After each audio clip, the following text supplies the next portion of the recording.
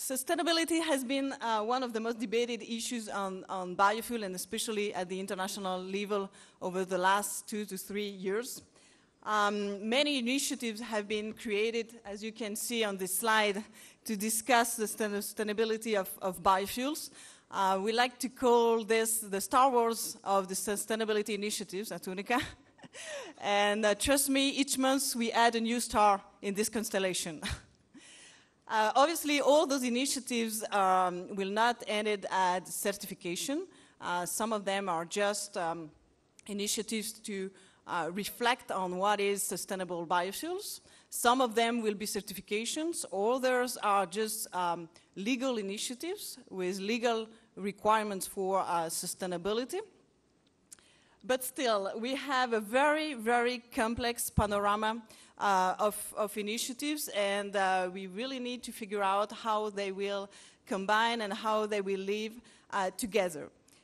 With biofuel, we are getting out of the traditional realm of certification, dealing with the quality of the products. We are not trying to certify the processes or the quality of the product. We are talking about socio-environmental certification.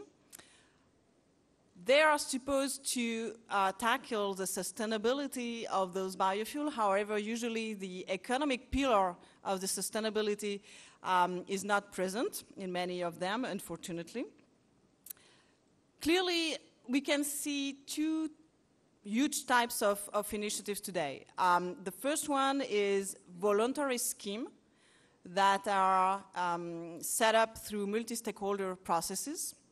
And we have another type of initiative, which are legal sustainable requirements included in legislation, and which fulfillment will become a condition for market access in some countries. So obviously, this is very important for a country like Brazil, which is the second ethanol producer in the world and the first world exporter of biofuels. So clearly, all those requirements will make the difference today to export our products. We are living an interesting period, in fact, because those legal requirements are about to enter into force, but they are not yet. The most advanced scheme we have in force today is the RTFO. Nick will talk about that later, but the compliance is not mandatory yet. And the first certifications with voluntary schemes, they are still under development. We still don't have any product that is really certified under those voluntary agreements. So we don't know exactly what will be the practical implication of these certifications for the production practices, but also for the chain of custody. So we are really living a very, very interested period. To discuss this controversial but nonetheless interesting issue, we have a very distinguished panel this morning. I will introduce our first speaker, which is Nick Goodall, to start this discussion. Nick is Chief Executive Officer at the Renewable Fuel Agency, which is a UK independent sustainable fuel regulator. He joined the agency in July 2008, taking on responsibility for the administration of the Renewable Transport Fuel Obligation, RTFO, and for leading the RFA following the publication of the agency's Gallagher review into the indirect effects of biofuel production. Nick, the floor is yours.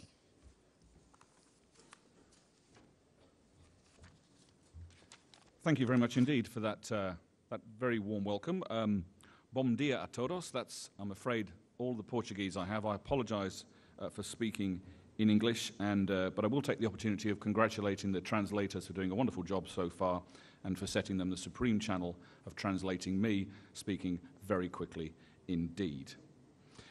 I'd also like to congratulate the organisers. You know, it's very difficult when you come to a conference, especially when it says that it's going to be opening up the challenging, difficult questions, but actually this is happening. And for me, the measure of a successful conference is where you not only learn something, but actually you start seeing ideas shift and opinions start to form. So congratulations to all concerned, and it's a pleasure to share with you our modest experience from a small island in Europe. A little bit about me and the agency, first of all. I'm the Chief Executive Officer of the UK's Independent Sustainable Fuels Regulator. We were established to administer the Renewable Transport Fuel Obligation, which you're probably aware of. It's the government's response in the UK to how we can make a meaningful impact on carbon emissions in the transport sector. In the UK, it's approximately 24% of emissions. So the decision was made to put in place a very practical, simple working arrangement, the RTFO, which is a mandate. We call it an obligation on obligated suppliers. That's oil importers or refiners of more than 450,000 litres a year. And it's a very simple obligation. These companies are obliged to procure a rising percentage of biofuels, which they blend and provide to all road transport users. What that means in real terms is in every fuel tank in the UK right now, a certain percentage of that is biofuel in origin. Now, of course, it's not quite as simple as that. Not all biofuels are equal, and in fact, that's arguably one of our major perspectives. But what we also do is we operate what is, in effect, a voluntary reporting scheme against sustainability criteria.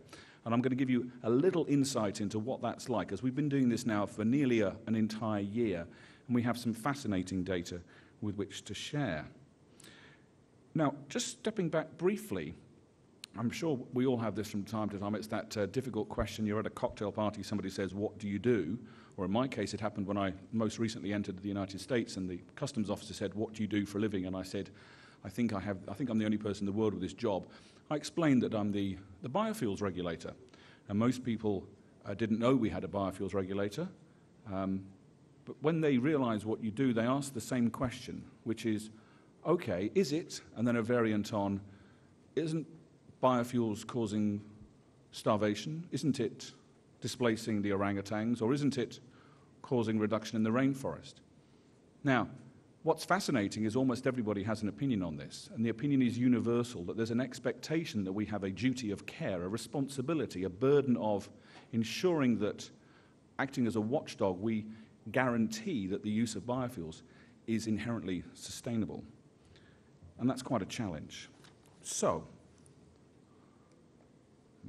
technology is in my friend or not? Which one is it? There we go. It's working now. Thank you very much indeed. We're 10 months in terms of the data we've published. We publish data on a monthly basis. Almost everything we have is published immediately.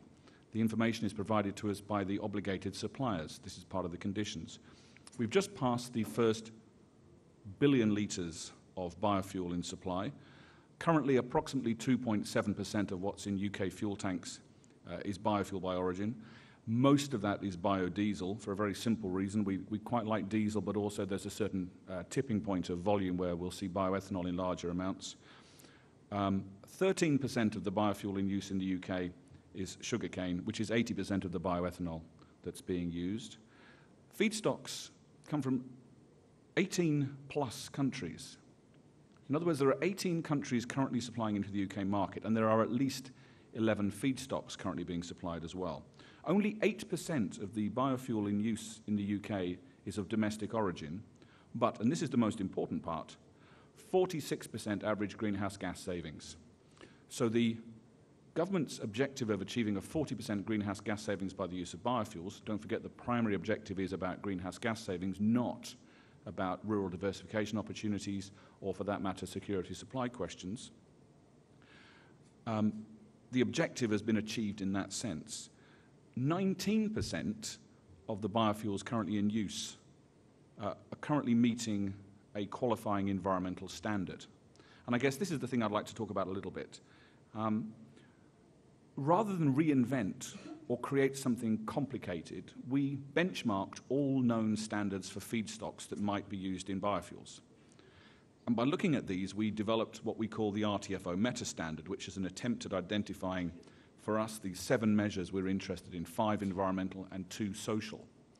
The idea being, of course, that we could then say to companies, this is what you need to start working to, and you need to start putting in place mechanisms and reporting to enable yourselves to meet the requirements to give us data if you want to qualify for the renewable transport fuel certificates, which I shan't trouble you with now, as that's another presentation in its own right.